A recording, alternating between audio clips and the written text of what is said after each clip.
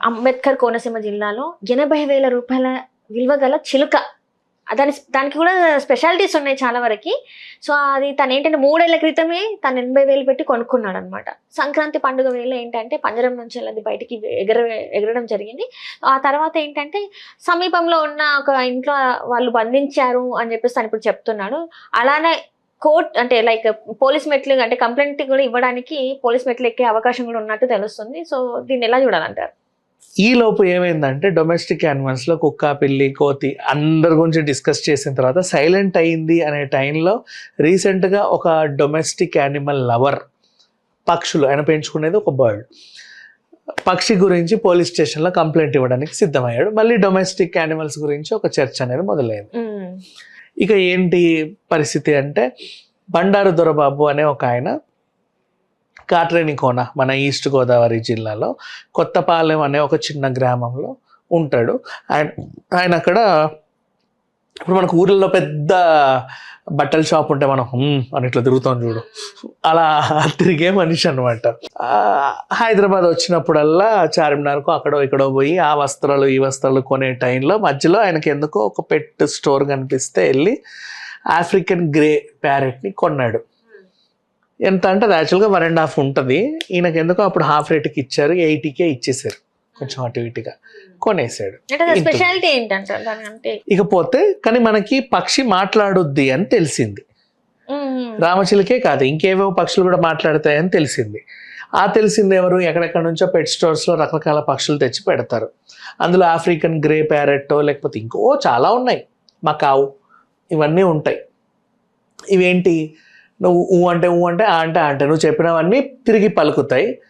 And నువ్వు ఏదైనా question వేసి దానికి ఆన్సర్ నేర్పించావనుకో అది గుర్తుపెట్టుకుంటుంది. అలా దాని సామర్థ్యం, దాని చిన్న బుర్ర సామర్థ్యం కొన్ని 30 నుంచి 40 వేల వరకు ఆ శబ్దాలని, ఆ మాటల్ని గుర్తుపెట్టుకొని అనర్గళంగా పలికే సామర్థ్యం ఉన్నటువంటి ఒక అందమైన పక్షి.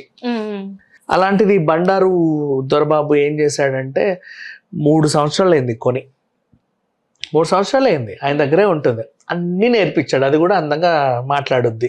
బండారు అంటే చాలు, ఇద్దరు బాబు అంటుంది అది. సో అట్లా అన్నీ నేర్పించుకుంటే ఆ పక్షిని వీళ్ళకు మంచి ఎమోషనల్ బాండింగ్. అది ఊరు కొత్తపాలెం అనేది, కాట్రేనికోన అయినా తూర్పు గోదావరి ఊరు. సిటీలో అంటే ఎక్కడో అపార్ట్మెంట్లో గేటెడ్ కమిటీలో పెట్టుకుంటే అంతేనే కదా, చాలా చూసాం అన్నట్టుగా ఫీల్ అవుతారు. బట్ ఊర్లో కదా ఇలా చూస్తారు, వాళ్ళు కూడా అని చూపించుకుంటారు మా దగ్గర ఏదో ఉంది అని. రీసెంట్గా సంక్రాంతి వచ్చింది. ఇక గోదావరి జిల్లాలు కానీ ఎక్కడైనా సరే కోడి పందాలు ఇవన్నీ కామన్, పైన కైట్స్ ఇవన్నీ కామన్.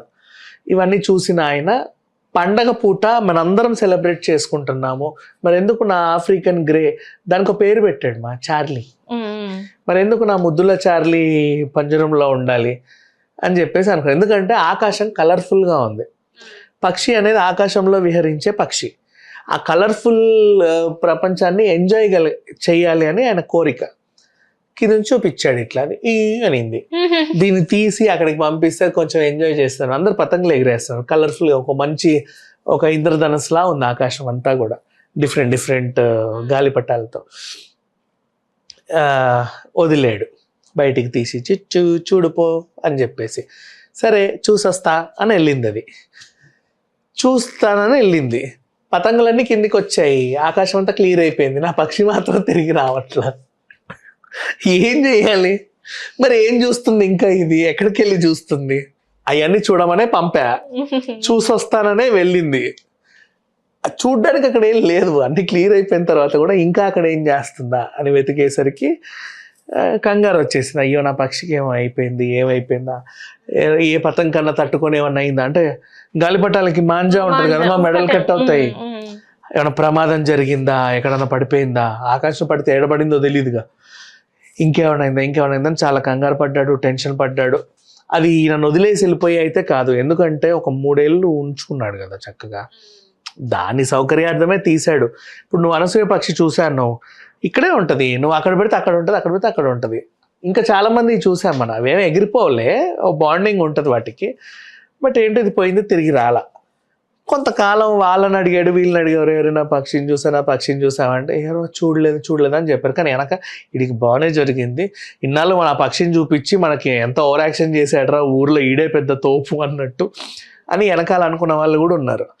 అట్లా కొంచెం దూరం వెళ్ళిన తర్వాత ఎవడో ఒకడు కొంచెం మంచోడు ఉంటాడు కదా, చెప్తాడు, ఒరే పలానా ఇంకో బాబుగాడు నీ పక్షిని బంధించాడు అని. అదేంటి బంధించాడు, ఎలా అని కొంచెం ఈయనకంటే అక్కడ పలుకుబడి ఇవన్నీ ఎక్కువ ఉన్నవాళ్ళు, మరి అతనికి ఎవరికైనా దొరికితే ఇచ్చారా లేకపోతే ఆయన దగ్గరే వాలిందా మనకు తెలియదు. ఈ పక్షులు కూడా ఏంటంటే కొంచెం ఆహ్లాదకరమైన వాతావరణంలో ఆగాలని చూస్తాయి. ఊర్లలో ఇప్పుడు నీ ఇంట్లో చిన్న గార్డెన్ ఉంది, కొంచెం పైకి వెళ్ళాక దానికి కనిపిస్తుంది, అది కూడా హెలికాప్టర్ లానేగా, ఇంకో దగ్గర పెద్ద గార్డెన్ కలిసి వెళ్ళి అక్కడ వాలుద్ది, పూలు ఎక్కువ ఉన్నాయి, వాటర్ ఎక్కువ ఉంది, ఏదో సంథింగ్ డిఫరెంట్గా ఉంది, ఏమో అక్కడ వాలింది. ఈ నెల అక్కడ వాళ్ళని అడిగే పరిస్థితి లేదు, ఏం చేయాలో అర్థం కావట్లేదు. నా పక్షి అక్కడ ఉందని తెలిసింది, లోకల్ పోలీస్ స్టేషన్లో కంప్లైంట్ ఇద్దామా, మరి ఏం చేద్దాం, వెళ్ళి పెద్ద మనుషులతో సెటిల్ చేసుకుందాం అన్న అయోమయంలో ఉన్నాడు. ఈ పక్షి విలువ ఒక 80,000 ఆయన కొన్నది. మరి నా ఏ ముహూర్తాన హైదరాబాద్ వచ్చాడో, ఆ చీరలేవో గాజులేవో కొనుక్కొని ఆయన షాపుల్లో పెట్టుకోక ఇది కొనాలని ఎందుకు అనిపించిందో, ఊరెళ్ళని గొప్పలు చెప్పుకున్న తర్వాత వాళ్ళ కన్ను ఈ పక్షి మీద ఎప్పుడు పడిందో, ఏదో రోజు బయటికి రాదా దాన్ని పడదామని అనుకొని ఉంటారు. ఈతనే తీసి అమ్మ చూడు ఇదిగో ఆకాశం అని చెప్పి అక్కడ పెట్టాడు, యువర్ కలర్ఫుల్ ప్రపంచం అని, అది వెళ్ళిపోయింది. సో ప్రజెంట్ సిచ్యువేషన్ ఇది. మరి ఈయన ఇంకా పోలీస్ స్టేషన్లో అయితే కంప్లైంట్ అయితే ఇవ్వాల, ప్రజెంట్ ప్రెస్కి లీక్ అయింది ఇది. ఆయన కంప్లైంట్ పెడదాం అనుకుంటారని పెట్టట్లా. మరి ఆ కంప్లైంట్ పెట్టడంలో కూడా ఈయనకి ఏమన్నా ఇబ్బందులు ఉన్నాయా, సమస్యలు ఉన్నాయా మనకు తెలియదు. మరి అక్కడ సిచ్యువేషన్స్ ఎలా ఉంటాయి. గోదావరి జిల్లాలో అంటే ఇంకా సంక్రాంతి సంబరాలు అయిపోవు. మనం అనుకుంటాం సంక్రాంతి అయిపోయి అందరు ఊర్లకు వచ్చేసారు, కానీ ఆ ఊర్లో ఇంకా కూడా ఆ సంక్రాంతి ఫ్లేవర్స్ అలాగే అలా ఉంటాయి.